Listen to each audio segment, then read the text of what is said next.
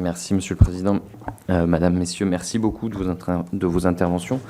Comme d'habitude, je me garderai de faire une intervention trop générale et j'irai directement vers les questions, puisque nous partageons en fait l'essentiel du diagnostic, le dilemme qui existe entre la responsabilité à intervenir et le souci de ne pas tomber dans le néocolonialisme.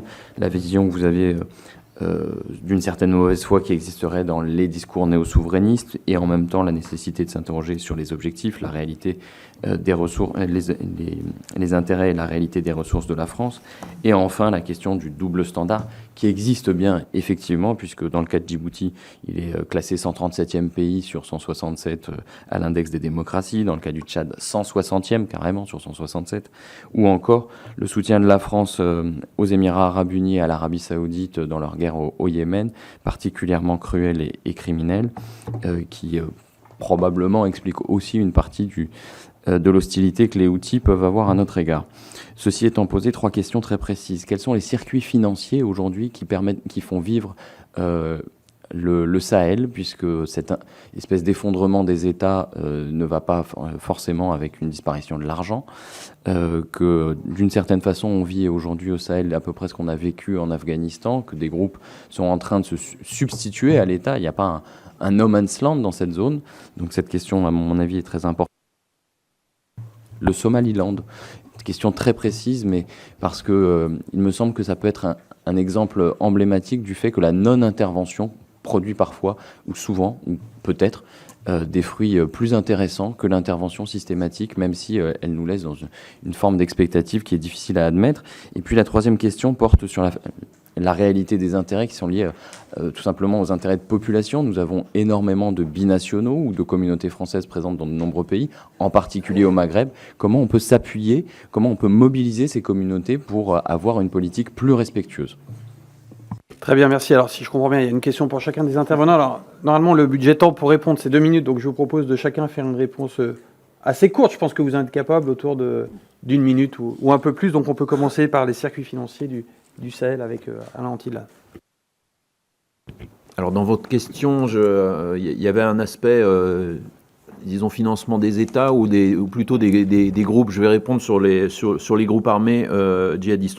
Bon, les circuits financiers, ils sont connus. C'est que les groupes djihadistes instaurent une espèce d'impôt sur les populations et vivent aussi sur la taxation des circulations de marchandises. Notamment, ils sont très présents autour des zones aurifères, quand il y en a, et ils taxent les circulations de marchandises licites ou non licites.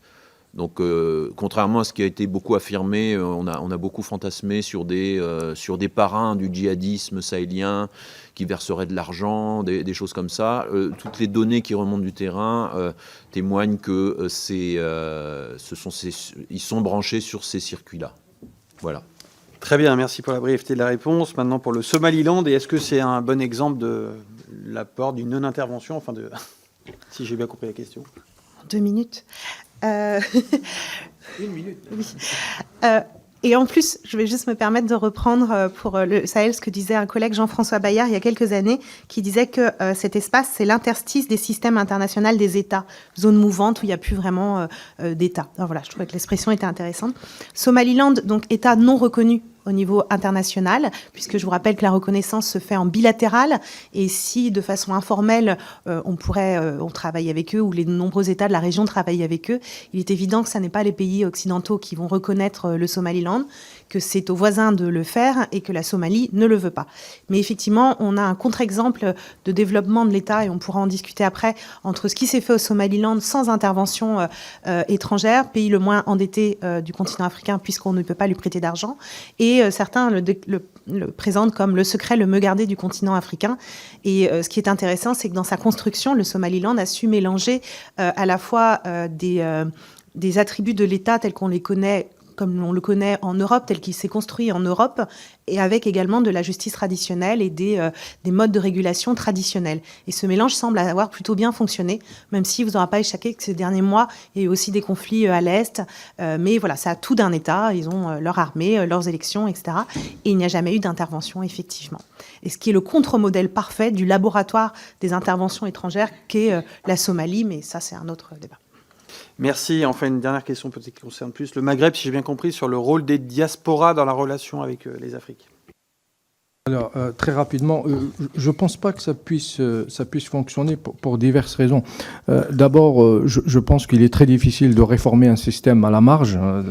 J'ouvre une parenthèse, l'Union européenne dans ses relations avec les pays africains, parfois des sociétés non démocratiques, des systèmes autoritaires, elle parle de la réforme de la justice qui est à l'ordre du système autoritaire. Donc il est très difficile de réformer, si vous voulez, un système relationnel à la marge en essayant de s'appuyer sur la société civile, elle-même tributaire du bon vouloir du pouvoir politique de part et d'autre de la Méditerranée. Deuxième chose, la communauté, j'allais dire, des binationaux qui est la plus à même d'agir dans ce sens-là, et dans une situation très inconfortable. Sur la rive sud, ils ne sont plus tout à fait nationaux, et sur la rive sud, ils ne sont pas assez nationaux.